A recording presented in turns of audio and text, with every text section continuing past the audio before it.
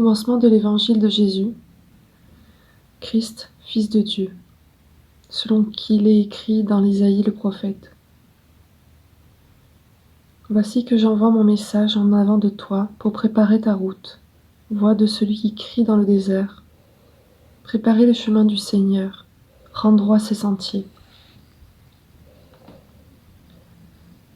Jean le Baptiste fut dans le désert, proclamant un baptême de repentir pour la rémission des péchés. Et s'en allait vers lui tout le pays de Judée et tous les habitants de Jérusalem, et ils se faisaient baptiser par lui dans les eaux de Jourdain, en confessant leurs péchés. Jean était vêtu d'une peau de chameau et mangeait des sauterelles et du miel sauvage. Et il proclamait : « Viens derrière moi, celui qui est plus fort que moi, dont je ne suis pas digne, en me courbant de délier la courroie de ses sandales. Moi, je vous ai baptisé avec de l'eau, mais lui vous baptisera avec l'Esprit Saint. » Amen. Amen.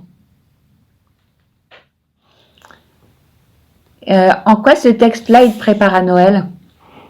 Puisque c'est des textes de l'Avent, pourquoi, à ton avis, dans la liturgie, on choisit ce texte-là pour préparer nos cœurs à Noël ? Et en quoi, toi, tu verrais qu'il peut te préparer à Noël ? Parce que, en fait, c'est un peu cette époque aussi qui fait que on est un peu dans une sorte de recueillement, un peu d'attente. Et je garde toujours cette espérance, cet espoir que voilà, je verrai Jésus, je le rencontrerai, je pourrai l'embrasser, le toucher, et moi aussi pouvoir mettre de l'huile sous ses pieds ou sur ses cheveux comme Marie-Madeleine, ce serait trop bien. Et voilà, donc... Et puis cette conviction toujours que oui, ça arrivera en fait. Et je sais pas l'expliquer, il n'y a pas de rationalisme en fait, il n'y a pas de choses concrètes en fait que je pourrais prouver A plus B. Non, c'est au fond de mon cœur, au fond de mes entrailles, j'en suis convaincue et surtout je le vis en fait. Je le vis, je le ressens, il y a pas de doute pour moi. La naissance en fait de Jésus, c'est ça en fait, c'est waouh, je vis avec mon prophète et je suis bien. Voilà. Trop bon. Même si on le voit pas, Jésus nous accompagne toujours. Et si c'est pas lui, c'est un archange ou un ange et c'est toujours bon aussi à vivre. Ouais.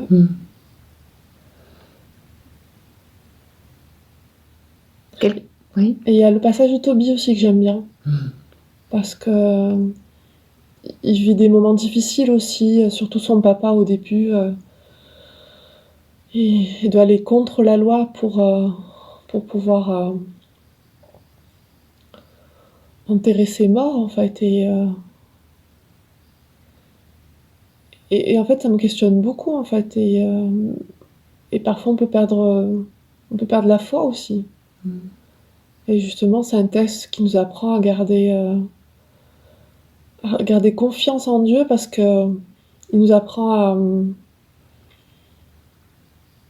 à prier, à prier. Et puis ça me fait penser à mon parcours aussi en fait. C'est que j'avais des anges qui étaient toujours à côté de moi en fait et qui s'incarnent chez l'être humain en fait. Et je demandais pas à ce qu'ils soient parfaits, et c'est juste qu'ils étaient présents et que j'ai pu leur faire confiance, ils ont été fiables. Dans des petits détails simples. Et simple, c'est pas facile, mais, mais c'est beau quand même, c'est de Dieu, ouais. Et je suis contente d'être là aujourd'hui et de pouvoir... je suis fière même de pouvoir de pouvoir l'éprouver, en fait, de pouvoir témoigner.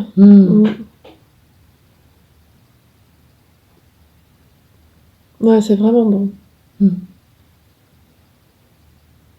Et surtout, ça me donne une force aussi de me dire que dans des moments où je suis plus fragile, moins bien, plus teigneuse aussi, eh ben, il y a quand même une loi universelle qui va me remettre sur un chemin plus béni, plus constructif, plus positif pour ma santé. Quelle consolation il t'apporte ce texte de Jean-Baptiste?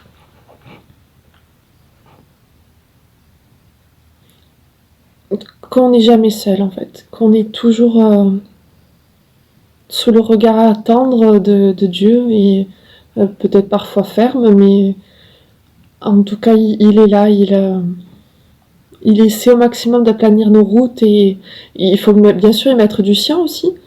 Et,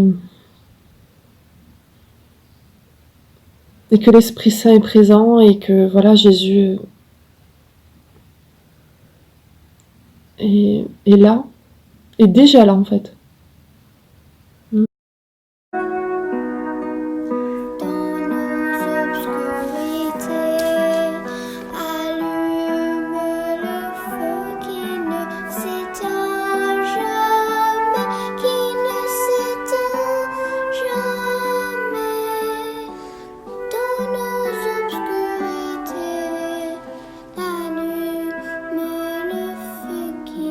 C'est